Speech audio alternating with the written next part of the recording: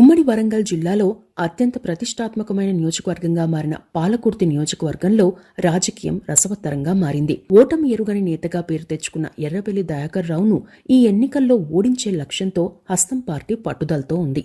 Congress party అభ్యర్థిగా మామిడాల యశస్విని పోటీలోకి దింపింది. తాజాగా కాంగ్రెస్ అగ్రనేత ప్రియాంక వాద్రా కూడా పాలకుర్తిలో బహిరంగ సభ నిర్వహించారు. పాలకుర్తిలో యశస్విని రెడ్డి అంటే కొంతకాలం క్రితం వరకు తెలిసేది కాదు.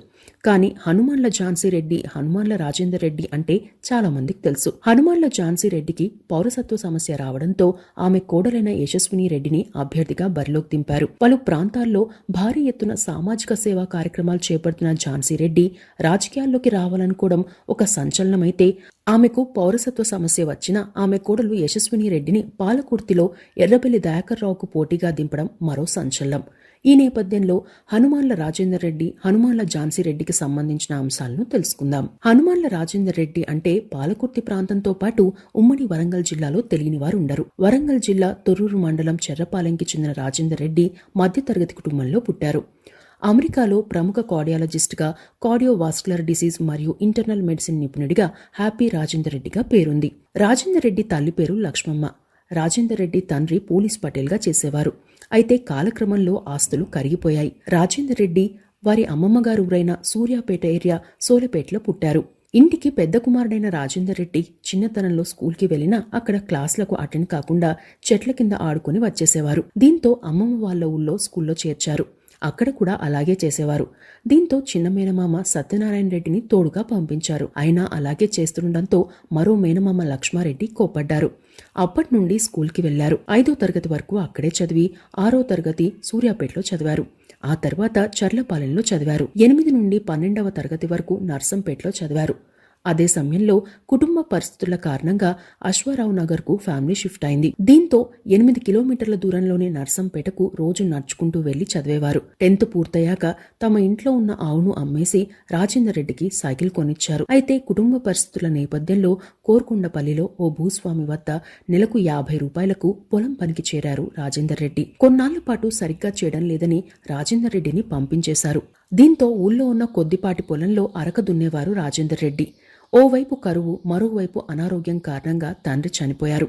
దీంతో కుటుంబం మరింత ఇబ్బందుల్లోకి వెళ్ళింది. అదే సమయంలో స్నేహితులు చెప్పడంతో మెడికల్ ఎంట్రన్స్ రాశారు. అయితే 16 ఏళ్లలోపు వారికి ఎంట్రన్స్కి అనుమతి ఇవ్వలేదన్న కారణంతో అప్పట్లో సుప్రీంకోర్టు ఆ ఎగ్జామ్ని రద్దు చేసింది. రెండోసారి రాసిన ఎంట్రన్స్లో సీట్ రాలేదు.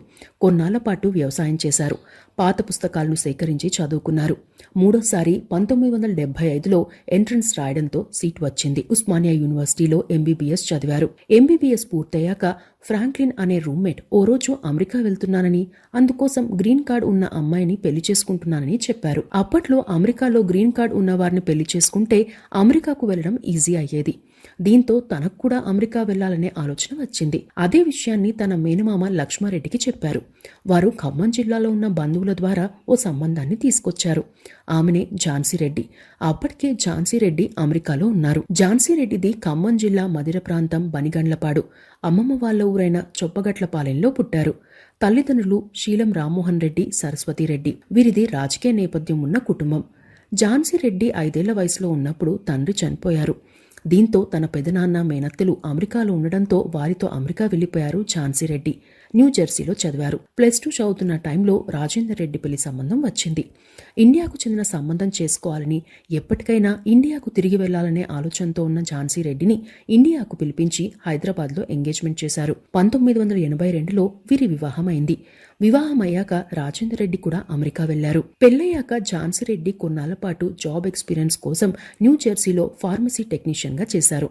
ఆ తర్వాత ట్రెంటన్ బ్యాంక్, అరిజోనాలోని ఫీనిక్స్ అరిజోనా బ్యాంక్లో టెల్లర్గా అంటే క్యాషియర్గా 4 ఏళ్ల పాటు ఉద్యోగం చేశారు. ఓవైపు ఉద్యోగం చేస్తూనే ఈవినింగ్ కోర్సులు నేర్చుకున్నారు. 2 ఏళ్లలోనే పదోన్నతి వచ్చింది.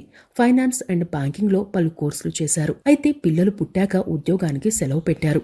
వీరికి 2 కుమారులు, 1 కుమార్తె. పెద్ద కుమార్తె డాక్టర్ కాగా చిన్న కుమారుడు వీరి సొంత కంపెనీని చూసుకుంటున్నారు. ఇక ఫస్ట్ డెలివరీ తర్వాత కొన్నాళ్లకు రాజేందర్ రెడ్డికి మంచి హస్తవాసి ఉన్న డాక్టర్ గా గుర్తింపు వచ్చింది. ముందుగా పేషెంట్ లో ఉన్న టెన్షన్ ని తగ్గించి చాలా హ్యాపీగా ఉండేలా మాట్లాడేవారు. ఆ క్రమంలోనే హ్యాపీ రాజేందర్ రెడ్డి అనే పేరు వచ్చింది.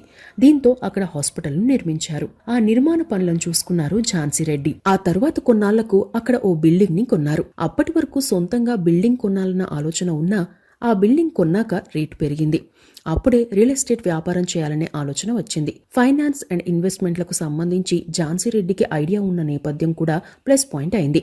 దీంతో తనపై తనకు నమ్మకంతో కాలిఫోర్నియాలో 1992లో రాజ్ ప్రాపర్టీస్ పేరుతో ఓ కంపెనీని ఏర్పాటు చేశారు. ఆ టైంలో చాలా మంది ఎందుకు రిస్క్ చేస్తున్నారని కూడా చెప్పారు. చాలా చోట్ల నువ్వు లేడీవి, నువ్వు ఇవి చేయలేవు అని కూడా చెప్పారు. అయినా ముందుకు వెళ్లారు ఝాన్సీ రెడ్డి. కొద్ది కాలంలోనే ఆ కంపెనీని మంచి స్థాయికి తీసుకొచ్చారు. అమెరికాలో తెలుగువారు చాలా మంది క్లయింట్లుగా ఉండేవారు. దాదాపు 1000 యూనిట్లను విక్రయించారు. Berkeley, Oakland, San Francisco, Fresno, San Leandro, న్యూజెర్సీతో పాటు పలు నగరాలకు విస్తరించారు. తన 3 పిల్లలను చూసుకోవడం, కార్డియాలజిస్ట్ గా బిజీగా ఉండే రాజేందర్ రెడ్డికి అండగా ఉండడంతో పాటు కంపెనీని కూడా చూసుకునేవారు ఝాన్సీ రెడ్డి. అలా సక్సెస్ఫుల్ ఎంటర్ప్రెన్యూర్ గా గుర్తింపు తెచ్చుకున్నారు. అదే సమయంలో ప్రముఖ ఎన్ఆర్ఐగా పేరున్న లక్కీరెడ్డి బాలరెడ్డి గారితోనూ సత్సంబంధాలు ఉండేవి. అసెట్ మేనేజ్మెంట్ సేవల్లో కొన్నాళ్ల పాటు ఆయన సహకారం తీసుకున్నారని కూడా చెబుతారు. ఇక 2007 నుండి 2009 వరకు అమెరికన్ తెలుగు అసోసియేషన్ ఆటాకు, 2010 నుండి 2014 వరకు నార్త్ అమెరికా తెలుగు అసోసియేషన్ కు డైరెక్టర్ బోర్డు సభ్యురాలుగా చేశారు. 2015 నుండి 2018 వరకు తెలంగాణ అమెరికన్ తెలుగు అసోసియేషన్ అధ్యక్షురాలిగా ఉన్నారు. అయితే తాను అమెరికాలో చిన్నతనం నుండి పెరిగిన తొలినాళ్లలో తెలుగువారిగా కొన్ని సమస్యలు ఎదుర్కొన్నారు. అలాంటిది పెళ్లిళ్లు, ఉద్యోగాల కారణంగా అమెరికాకు వచ్చిన తెలుగువారు ఇంకా ఎక్కువ సమస్యలు ఎదుర్కొనేవారు. అప్పుడప్పుడు జరిగే సమావేశాల్లో ఈ అంశాలు చర్చకు వచ్చేవి. దేశం మారినా, ఉన్నత చదువులు చదివినా కొందరు అమెరికాలోనూ మహిళలను చిన్నచూపు చూసేవారు. దీంతో చాలా మంది మహిళలు బయటకు చెప్పుకోలేక మానసికంగా బాధపడేవారు, ఆర్థికంగా ఇబ్బంది పడేవారు. గృహహింస, గొడవలు ఉండేవి. ఇవన్నీ ఎదుర్కోవాలంటే మహిళలకు కూడా ఆర్థిక అండ అవసరమని, వారికి వారు నిలదొక్కునే అవకాశాలు కల్పించాలనే ఉద్దేశంతో అమెరికాలో తెలుగు మహిళల కోసం కొన్నేళ్ల క్రితం విమెన్ ఎంటర్ప్రెన్యూర్ అసోసియేషన్ వేటాను ఏర్పాటు చేశారు. ఆ సంస్థలో పలు రంగాల్లో నిపుణులైన మహిళలు సభ్యులుగా ఉండేవారు. తెలుగు మహిళలకు కావాల్సిన ప్రేరణ, ప్రోత్సాహం అందించే లక్ష్యంతో వెటాను ఏర్పాటు చేశారు.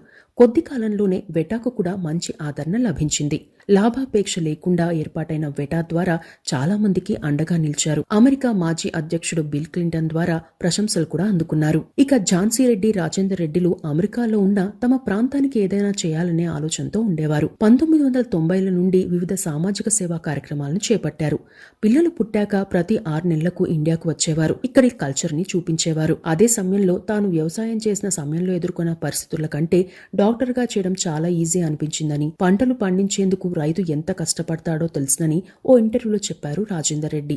అంతేకాకుండా చదువు విషయంలో తాను ఎదుర్కొన్న పరిస్థితిని ఎవరూ ఎదుర్కోకూడదనే ఉద్దేశంతో స్కూల్స్ నిర్మించాలని భావించారు. చర్లపాలెంతో పాటు ఖమ్మం జిల్లా బనిగండ్లపాడులోనూ స్కూల్ భవనం లేక చెట్ల కింద విద్యార్థులు చదువుకోవడం గమనించారు. తాము సంపాదించుకున్న దాంట్లో కొంత మొత్తం వెచ్చించి స్కూల్ భవనాలు నిర్మించి ఇచ్చారు.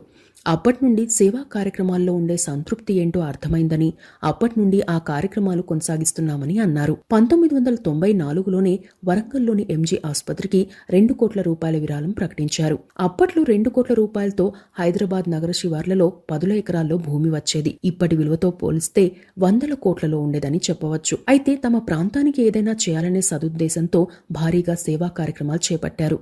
చెర్లపాలెంలో పేదలకు ఇళ్ల కోసం అక్కడే 2 ఎకరాల భూమిని కొని ప్రభుత్వానికి ఇచ్చారు. అందులో దాదాపుగా 30 ఇళ్లను నిర్మించారు. అప్పటికి తొర్రూరులో ప్రభుత్వ ఆసుపత్రి లేదు. గర్భిణీలు వైద్య సేవల కోసం దూర ప్రాంతాలకు వెళ్లాలంటే ఇబ్బంది అయ్యేది. దీంతో తమ డబ్బుతోనే 30 పడకల ఆసుపత్రి నిర్మించి ఇవ్వడంతో పాటు ఆసుపత్రికి కావాల్సిన సామాగ్రిని కొని ఏర్పాటు చేశారు. 2001లో ఈ ఆసుపత్రి నిర్మాణం ప్రారంభించగా 2003లో పూర్తి చేశారు. అప్పటి సీఎం చంద్రబాబు నాయుడు ఈ ఆసుపత్రిని ప్రారంభించారు. ఆసుపత్రిని నిర్మించినా అక్కడ వైద్యులు సరిగ్గా రాకపోతే మళ్లీ గర్భిణీలకు, పసిపిల్లలకు చాలా ఇబ్బంది అవుతుందన్న ఉద్దేశంతో ప్రత్యేకంగా డాక్టర్లు ఇక్కడికి వచ్చి సేవలు అందించేలా చొరవ చూపారు. ఖమ్మం జిల్లాలో మహిళా డిగ్రీ కాలేజీలకు కొన్ని గదులు కట్టించడంతో పాటు పలు చోట్ల లైబ్రరీలను ఏర్పాటు చేశారు. తమ ప్రాంతాల్లోని ఆలయాలకు కూడా విరాళాలు ఇస్తున్నారు. ఖమ్మం బనిగండ్లపాడులో ఝాన్సీరెడ్డి గారి నాన్నగారి పేరుతో హైస్కూల్ను కట్టించారు. పాలకుర్తి నియోజకవర్గంతో పాటు ఉమ్మడి వరంగల్ జిల్లాలో పలు సేవా కార్యక్రమాలను చేపట్టారు. చెర్లపాలెం, కాచికల్లు, అమ్మమ్మ గారి ఊరైన సోలిపేట, గోపాల్గిరి తదితర చోట్ల స్కూళ్లను నిర్మించి ఇచ్చారు. మొత్తం 8 చోట్ల స్కూళ్లు నిర్మించి ఇచ్చారు రాజేందర్ రెడ్డి, ఝాన్సీరెడ్డిలు. ఇక తొర్రూరు మండలంలో అనాథాశ్రమంతో పాటు మహిళా సాధికారత, స్కిల్ డెవలప్మెంట్ లాంటి పలు కార్యక్రమాల కోసం దాదాపు 70 ఎకరాల భూమిని కొనుగోలు చేశారు.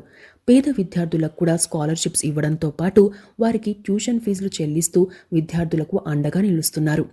నీట్లో మెరుగైన ర్యాంక్ సాధించి ఆర్థికంగా చదువుకోలేని ఆడపిల్లలకు డాక్టర్ కోర్స్ పూర్తి చేసేందుకు కూడా సహకారాన్ని అందిస్తున్నారు. అప్పట్లో ఎర్రబెల్లి దయాకర్ రావు ఎమ్మెల్యేగా ఉన్న సమయంలో ఓ మీటింగ్లో మాట్లాడుతూ ఝాన్సీరెడ్డి, రాజేందర్ రెడ్డి లాంటి వారు నియోజకవర్గంలో ఉండడం ప్రజల అదృష్టమని, వారి సేవా కార్యక్రమాలు మర్చిపోలేమని, నియోజకవర్గానికి ఇంకా ఏమైనా కావాలా అని అడిగి మరీ సేవా కార్యక్రమాలు చేస్తున్నారని వ్యాఖ్యానించారు. కేవలం ఇండియాలోనే కాకుండా అమెరికాలోనూ సేవా కార్యక్రమాలు చేస్తున్నారు ఝాన్సీరెడ్డి, రాజేందర్ రెడ్డి దంపతులు. 2006లో హనుమాన్ల రాజేందర్ ఝాన్సీరెడ్డి ఫౌండేషన్ ద్వారా కాలిఫోర్నియాలో యూనివర్సిటీ పరిధిలో విద్యార్థులకు అండగా ఉండేందుకు $1 మిలియన్ విరాళంగా ఇవ్వడంతో పాటు తెలుగు రాష్ట్రాల్లో వివిధ ప్రాజెక్టుల కోసం $1 మిలియన్ వెచ్చించారు.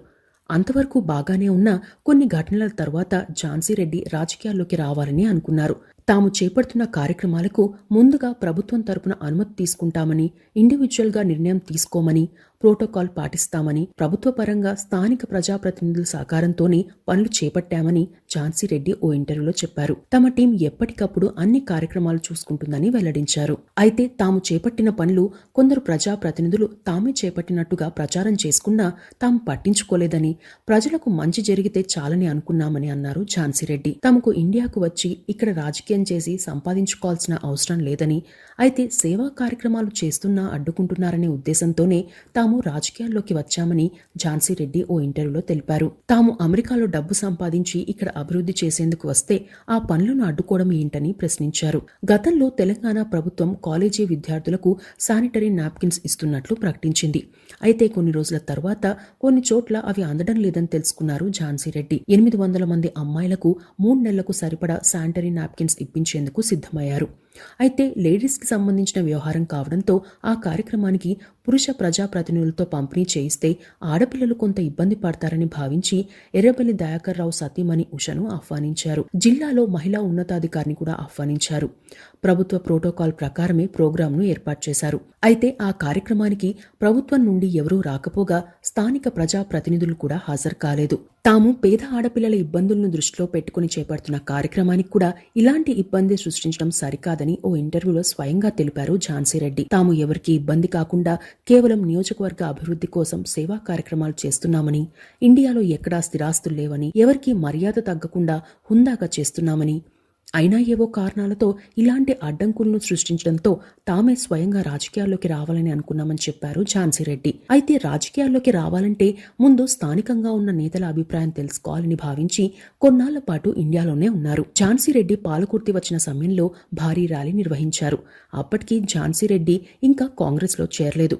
అయినప్పటికీ పాలకుర్తి నియోజకవర్గం నుండి వేల సంఖ్యలో అభిమానులు ఝాన్సీరెడ్డిని కలిసేందుకు వచ్చారు. అప్పటి నుండి ఎర్రబెల్లి వర్సెస్ ఝాన్సీరెడ్డి అన్నట్లు రాజకీయం మారిందని నియోజకవర్గ నాయకులు చెబుతున్నారు. ఇక్కడ ఝాన్సీరెడ్డి పోటీ చేసేందుకు సిద్ధమైన పౌరసత్వం విషయంలో ఇబ్బంది ఎదురైనందున ఆమె కోడలు యశస్విని రెడ్డిని పోటీకి దింపారు. మరికొన్ని విషయాలకు వస్తే తాము ఇండియాకు వచ్చి డబ్బు సంపాదించుకోవాల్సిన అవసరం లేదని ఓ ఇంటర్వ్యూలో చెప్పారు. రాజేందర్ రెడ్డి గారు ఓ ఇంటర్వ్యూలో మాట్లాడుతూ తనకు హ్యాపీగా ఉండడమే ఇష్టమని, తాను డబ్బు కోసం ఎప్పుడూ పనిచేయలేదని, హ్యాపీగా పనిచేస్తుంటే ఆ పనులే సక్సెస్ అవుతాయని తెలిపారు. మనం హ్యాపీగా యాక్టివ్గా ఉంటే చుట్టుపక్కల వాతావరణం కూడా బాగుంటుందని చెప్పారు. తాను వ్యవసాయానికి, చదువుకి, హెల్త్కి ప్రాధాన్యం ఇస్తానని, అవి ఉంటేనే ఎక్కడైనా అభివృద్ధి సాధ్యమని అన్నారు. వ్యవసాయంపై మక్కువతో అమెరికాలో ఆల్మండ్ ఫామ్ని కొన్నారు. అమెరికా వెళ్లిన సమయంలో తన ఫామ్కి వెళ్తే చాలా రిలాక్స్ అవుతానని చెప్పారు రాజేందర్ రెడ్డి. ఇవి హనుమాన్ల ఝాన్సీ రాజేందర్ రెడ్డికి సంబంధించిన అంశాలు.